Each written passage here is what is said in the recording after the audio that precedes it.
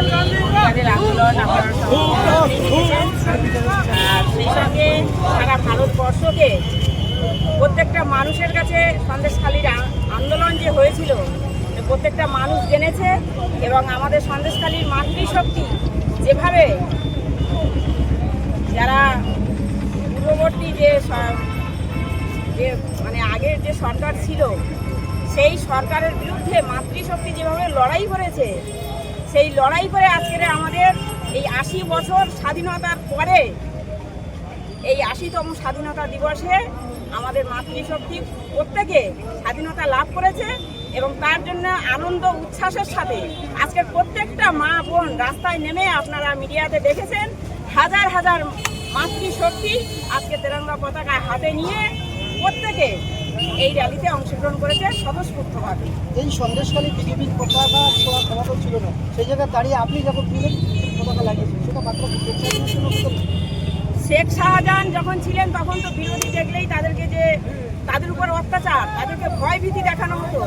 যে কালচারটা বর্তমানে কয়েকজন করছে সেটা আর কখনোই সন্দেশখালীতে হবে না। কারণ সন্দেশখালী মাতৃশক্তি সেই সঙ্গে ভারতীয় জনতা পার্টির সকল কর্মী জেগে উঠেছে।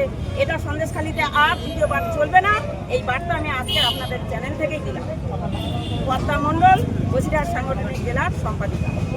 যে দেশদ্রোহী দল কংগ্রেস, যারা গতকাল স্বাধীনতা সংগ্রামের দিন বন্দে মাতরম গানকে তীব্র অপমান করেছে, কংগ্রেসের বর্তমান মালিক এবং তার পুত্র রাহুল গান্ধী দুজনে মিলে বন্দে মাতরম গান চলাকালীন যে অঙ্গভঙ্গি এবং তাদের মুখের যে প্রতিক্রিয়া, তা থেকে আমরা স্পষ্ট বুঝতে পারছি এবং সারা দেশবাসী অপমানিত হয়েছে।